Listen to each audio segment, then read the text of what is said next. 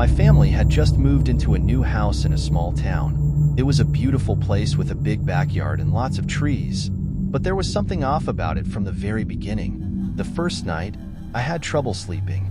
I kept hearing whispers, like someone was standing right next to my bed, but when I turned on the light, there was no one there. I brushed it off as my imagination and tried to sleep. A few weeks later, I started noticing strange things. Objects would move around on their own. I'd leave my phone on my desk and find it on the floor. My books would be rearranged. At first, I thought it was my younger brother playing tricks on me, but he always denied it. One night, I woke up to the sound of my door creaking open. I looked up and saw a dark figure standing in the doorway. I couldn't make out any features, just a tall, shadowy figure.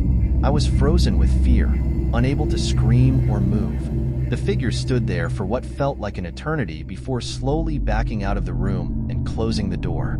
The next morning, I told my parents, but they didn't believe me. They said it was just a nightmare, but I knew it was real. I started sleeping with a nightlight, hoping it would keep the figure away. Things got worse.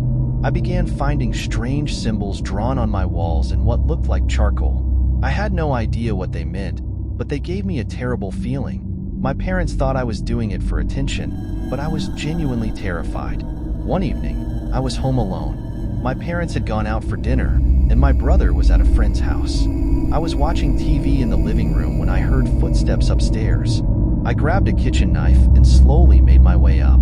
The footsteps led to my bedroom. When I opened the door, I saw the figure standing by my bed, holding my diary.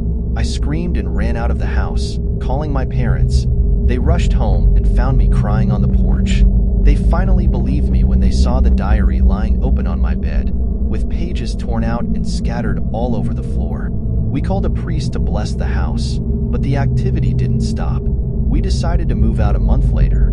The new owners later contacted us, asking if we had experienced anything strange. They had seen the same figure and found more symbols drawn on the walls.